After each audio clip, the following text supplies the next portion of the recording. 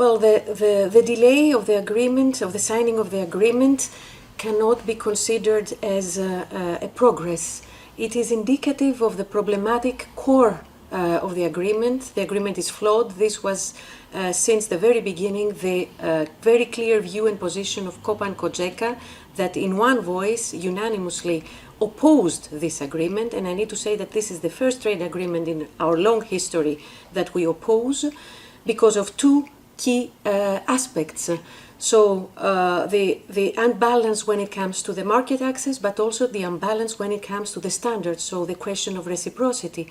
So delay is no progress, and on the other hand, we don't see that January will bring bad news, because for us, we will keep on fighting, we will keep on pushing for the rejection of the agreements, and we hope that both in the Council and in the European Parliament, we will be listened. So we will do anything to avoid the bad news in January.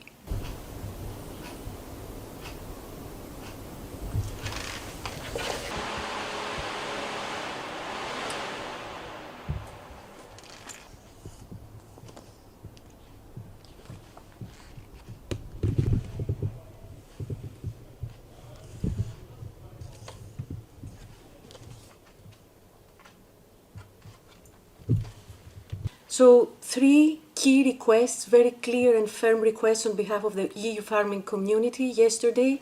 So first of all, the request for a strong, common, two-pillar, well-funded common agricultural policy for the post-2028 MFF.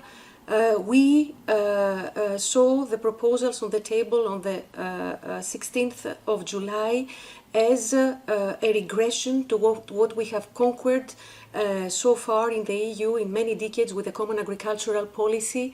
So a regression in terms of commonality, a regression in terms of supporting with a clear and dedicated budget the objectives of the policy, a policy that is foreseen and stipulated in the treaties, making sure that EU consumers have affordable, high-quality food on their table. So it's a matter of food security, and this is a very clear point on which we will keep fighting following to yesterday's protest. So the second point has to do with fair trade, reflecting the strategic importance of agriculture. So on one side, reciprocity, market access, balanced market access for our farmers, and on the other side, avoiding what we keep doing so far as EU, treating agriculture as a bargaining chip for other political and trade-related issues.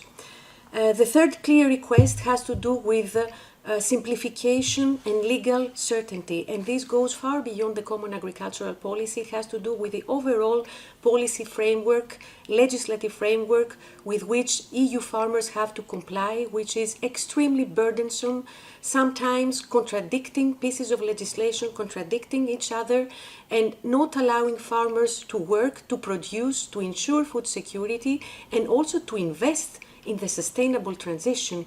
We need legal certainty, we need clear legislation that listens to the farmers' reality on the ground and allows them to progress in their work and to continue securing food security for EU consumers.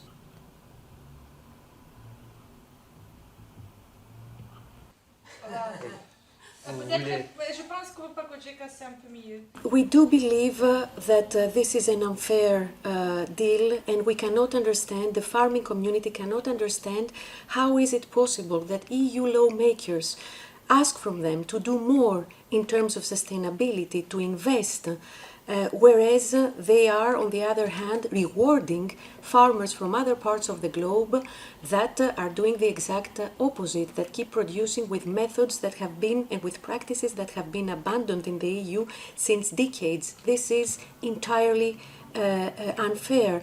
And I also need to stress that this is also having a very significant impact on the trust of the farming community to EU decision makers, a trust that is already fragile. And we need and we ask EU lawmakers to also consider this dimension. I think that yesterday's protest was indicative of the very serious issues that we face on the ground. So pushing further and playing with this trust is not ensuring a future, an EU future with the security that we need in these most challenging times, where food security is part of the question.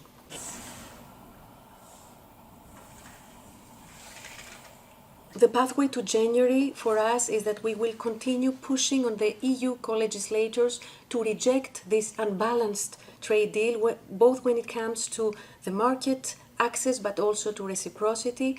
And we do need to stress that the safeguards that have been proposed are cosmetic for us. They don't bring any change to our firm positions, either because they are slow, either because they are politically discretionary. So this is not a solution for us. That's why we will be fighting for our core position, which is to reject the Mercosur trade deal.